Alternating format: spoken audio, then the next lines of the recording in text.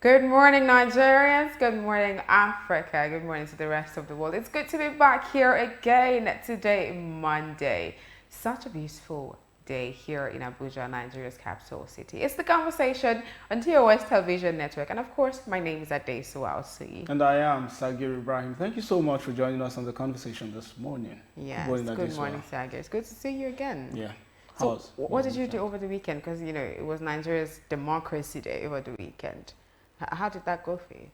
I won't tell you what I did, but I'll tell you I wish it never ended. Oh, really? Yeah. Oh, I woke up this morning, it was as if I did not wake up, as a matter of fact. So you had a good weekend? We'll talk later, I beg. I didn't have a good weekend, Joe. Okay, with that, we bring you the quote of the day. Afterwards, we'll be bringing you stories from across the African continent.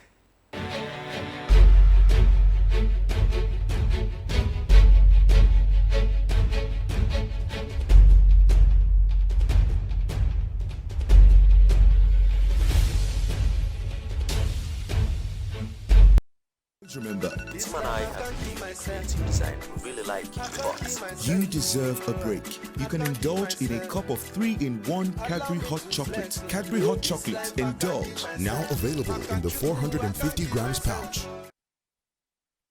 Welcome back. So we'll delve right into the story, starting with Algeria's parliamentary election. So the polls for Algeria's parliamentary election opened on Saturday with low turnout of voters, despite President Abdelmadjid Tebbouni's appeal for a high turnout. Many Algerians are convinced real power is wielded by the army and security forces. That's quite, strange. I think a lot of Africans will be really happy, to see democratic reign, go turn out for elections and all of that stuff. But he had people of Algeria saying, look, we believe the army and all of that stuff is really powerless. Well, I feel it's because they realize that the executive or the democratic government is just a rubber stamp government. I feel it's almost like what's happening in Mali, but though Mali's is more pronounced. Yes. So they know that this might be a democracy, but the military is the one who hold the real power to do or effect any change at all. So basically, nobody wants to waste their time. Exactly. I think that's what it is. Okay. So moving on, South African government expels Malawi diplomats over booze scandal. South Africa on Friday revealed that Malawian diplomats were ordered to leave the country after they were reportedly found guilty of engaging in illicit trade in duty-free alcohol, confirming the expulsion of the diplomats by the South African government. Malawi said several of its diplomats had been expelled from South Africa after they were found guilty of peddling duty-free alcohol. The diplomats and their families were given 72 hours to leave the country. That's quite stringent, if you ask me. It is. I followed this story and I got to realize that it could be really difficult for diplomats, especially in foreign countries, especially diplomats and representatives or envoys of governments who aren't really doing much in terms of financing their representatives in all of these many African countries or probably even European or Western countries. So the diplomats often find it difficult to survive because the finance is not coming in. Yes. It's not like you have a work permit in this country that you could work. Yes. So most times they resort to smuggling this alcohol because, of course, you have a diplomatic passport. Yes. So there's high chance of you not being scrutinized or searched at the airport. Exactly. So you could just take this in duty free without, tax free and all of that, and you begin to sell on the streets to make ends meet, So you're asking them to leave the country. Don't you think that's too maybe overboard? Well, overboard, no, I don't think it is, because as a matter of fact, you brought in smuggled items which are supposed to have been paid for. You're supposed to pay duty on those items. So how about they charge them then for it instead of asking them to leave the country in 72 hours? Because they are diplomats. So go back to your country and face the music there. That's basically what it is. Okay, moving away from that to Central African Republic, a French nationalist has been charged by the Central African Republic authorities with espionage and conspiracy. Juan Remy Quignolot was on May 10 detained after the police said it found weapons, military fatigues, and foreign banknotes at his residence in the capital, Bangui. Well, I guess this happens when you have spies in your country working for foreign governments. So I don't know the true story. I don't know what happened, but it's looking like that to me. I mean, we see it in the movies all of the time. It's not, I'm not equating this to the Honestly, movies, that was but what came to mind when I clear. read it. It Yeah, was it's like, clear. okay. He might probably be a spy Ah. with an agenda, because it's no surprise to me if at the end of the day I'm told that there are certain people in this country who work as spies and have been the one fueling the activities of the insurgents in certain parts of the country. Well, there's no ruling all of that out, but then again, we can't really tell. Yeah, exactly. Okay, in Sudan violence keep focus on justice in Darfur, outgoing ICC prosecutor to Security Council. Now, Basu Besonda, the outgoing prosecutor at the International Criminal Court, ICC, told the Security Council on Wednesday to ensure the international community stay focused on achieving justice and peace for the people of the Darfur region of Sudan. Well, I mean... Well, you mean what? It says the community should stay focused on achieving justice and peace for the people of Darfur. That's just basic. His basic was, do you know the situation they've been in for years? I know. I'm just saying, okay, so maybe I didn't put it right. I'm just saying that should just be the end goal. That's what everyone should be looking at now. Everybody, of course, is supposed to strive for justice. Yes, exactly. And with all of what the country has faced over the years, bad leadership, the famine, and all of that. I mean, it's only good for one to begin to see. Yeah, so if that's what the agenda is now, I mean, it's just about time that they started to look towards, peace and all of that. Rest the whole. Well, I hope things just progress for the better. Yes, exactly. Okay, moving forward, we'll take a quick break. First, we'll bring you COVID-19 updates across Africa. Then we'll take a quick break, and when we get back, we'll be taking you on the newspaper segment. Do stay.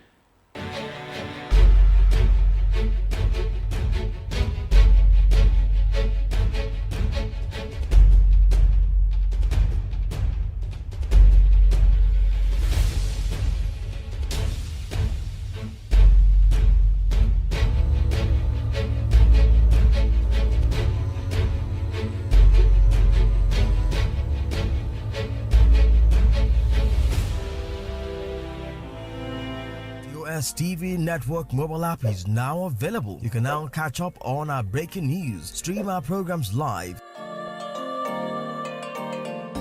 watch out for the latest update on sports and politics as they unfold. You can also get notifications for our upcoming programs and events. All these on our TOS TV network mobile app, available on Apple Store and Google Play Store. TOS TV News from Africa by Africans. Being a journalist means in-depth analysis that unravels hidden truths, that question the status quo and fact-checks government. These criminal elements hiding under the cloak of surveillance contractors are the APC elements. Do you have facts to prove that? Being a journalist means waking up every day with a burning desire for peace, equity, and justice for all citizens. We're being told that the choice you have is to take the lesser of two evils. It means patriotism via the prism of objectivity and accountability.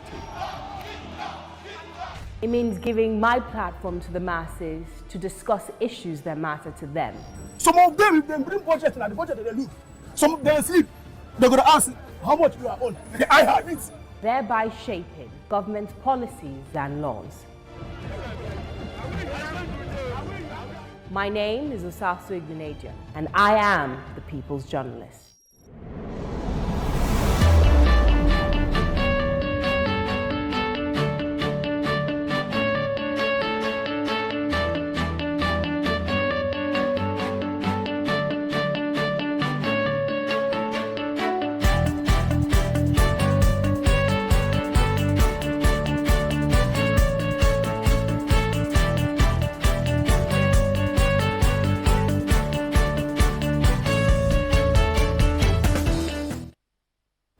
Welcome back. It is still the conversation on your digital first Pan-African News Network, TOS Television. And do remember, you could be a part of the conversation by following us on our various social media channels on Facebook, Twitter, and Instagram using the details currently showing on your screen. It is the newspaper segment, and this morning we start with the Blueprint newspaper. The very first headline there at the top, Ndume to Buhari, don't spend foreign loans on salaries overhead. And the banner headline there says, gunmen invade church, kidnap woman, reverend sister in Imo. And there are a couple of riders underneath which states, kidnappers demand 30 million for Ekiti farmers' release. Niger pupils now learn under special arrangement. Police confirm abduction of 12 in Zaria. Zamfara monarch suspended as death toll rises to 61. And just by the side of the Blueprint logo there, we see gas deposits rise as price of cooking gas skyrockets.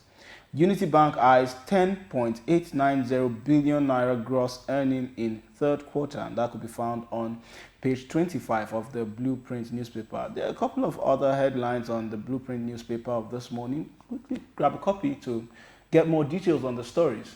Moving on to the Daily Trust newspaper, starting from the very top as well. Oyeguntu Buhari, deliver the change you promised Nigerians. Beside that one, rising boat accidents threaten riverine economy. Igbo elite foiling Biafra agitations. That's coming from Ngige. The banner headline on the Daily Trust newspaper this morning says, insecurity entices investors to airline business. 25 airlines underway. Highway attacks make road transport unattractive. Boosting airlines operations a global trend. That's coming from experts. Underneath the picture of the day, bandits kill 12 on Sokoto Gusto Road, abduct 12 in Zamfara. There are other headlines on the Daily Trust newspaper this morning. Get yourself a copy of the paper. For the Business Day newspaper this morning, we'll start with the banner headline there, which states, Nigeria's high political risk puts energy sector on life support. And just beside that, Nigerian businesses to pay VAT for using Skype, Twitter, and Facebook.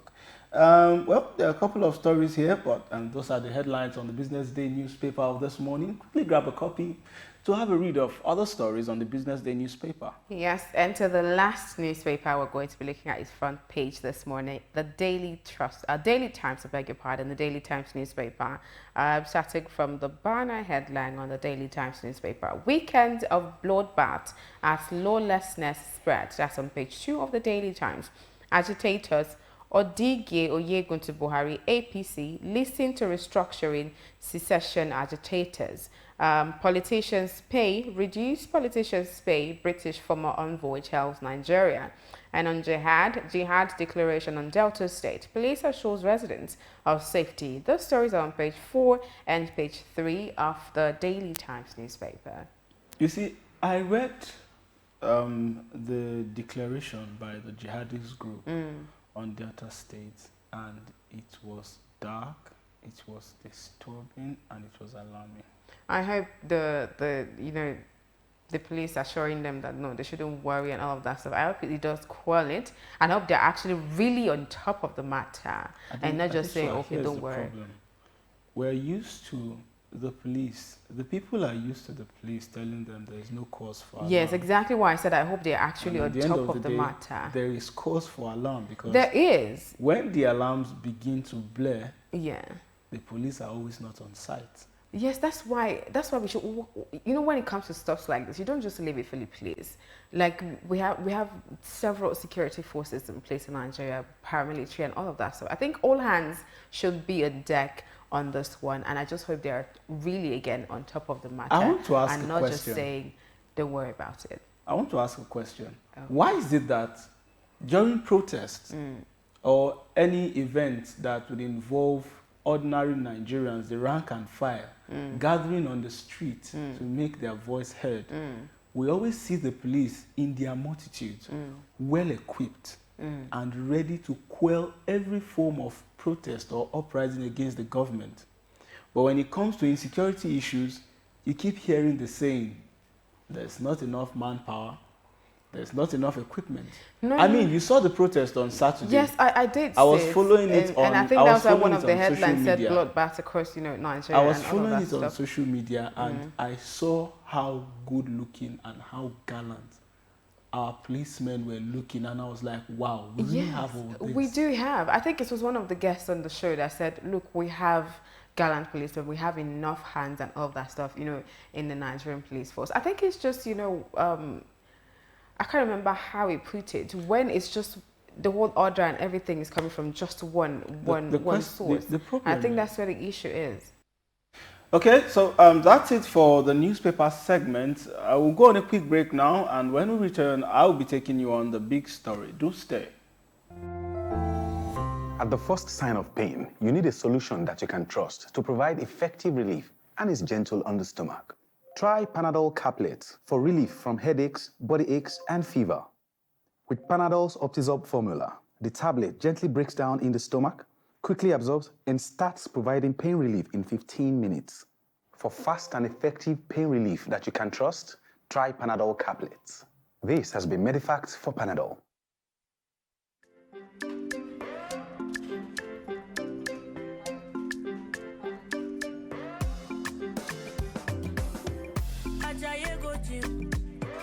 You won't go shake your body. Instead, they make it calm down. Eat the farm say you sabi. You want to grow 6 packs in a day. I beg you not to pass your power. You want to show yourself, oh.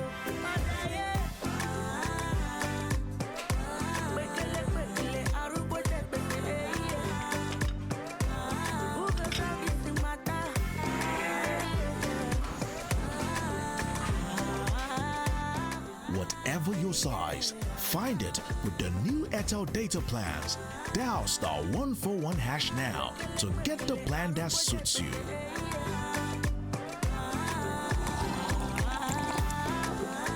Airtel, the smartphone network.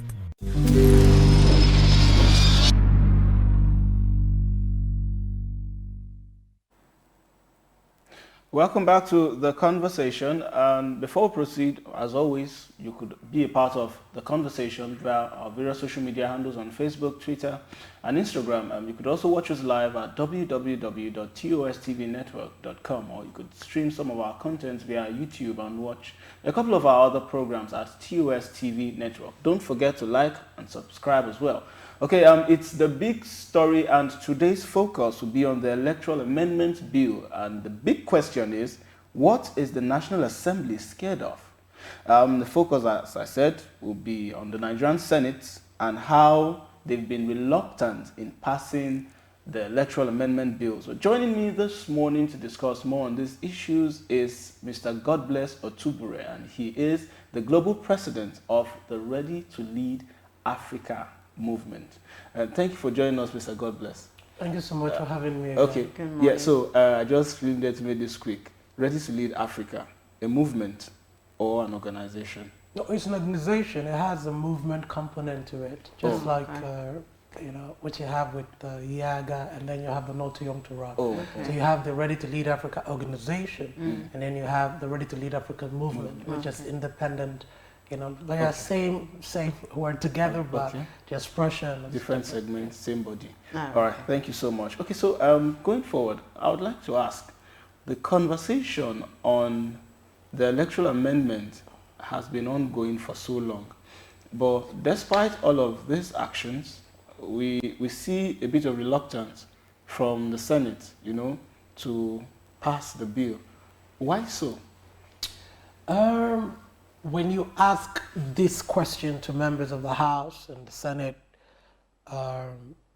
you have divergent views, and interestingly so, right? Interestingly so, because you have the ones that are like, if we don't understand what's going on, why this thing has not been brought for a voice vote so it can be passed, because it's gone through all the first, second, third reading and all the harmonizations that have happened, and then you have the other group, sometimes when you meet them and then they tell you, oh, well, there are some final touches that, but I'll tell you what the biggest reluctance is. Pass that bill today, make it a law, use it to run our elections. A lot of the people who are there today will not be re-elected. So, they think so. And I have to be very careful here, because we must never paint the picture that every attempt to advance or change or do better will not favor those who are there now, because that is where you lose a lot of them, right? So I'll try and take that again. So the reluctance is a lot of them yet don't understand that even with the advancement, and if we make this bill become law, and it's that they too can also become part of the new beneficiaries of this new law. So when you look at it, I just think there's this reluctance to say, do we really understand the far-reaching effect of this yet? What would be the outcome and all of that? It's clear when you read it. If everything's like black and white. If you were transmitting results manually through the polling units, you were going through all this collation center from the local government and state and Abuja. You know that it's when you know that is fraught with a lot of fraud. It's simple. Okay, let's not do this again. It's like black and white, right? But political conversations, you see, there are really no black and white at times. So the reluctance is on the fact that a lot of them still are trying to understand how will this affect our political future, because there is absolutely no reason why you are delaying it, because if it's not working, fix it. Okay, so let me ask a follow-up question. So how does this work if the Electoral Amendment Bill is passed to law, we have a new electoral bill, but then again, the power to appoint a new INEC chairman still rests in the hand of the executive. I mean, these are conversations we still have to be having. Where does it get that the complacencies won't still experience?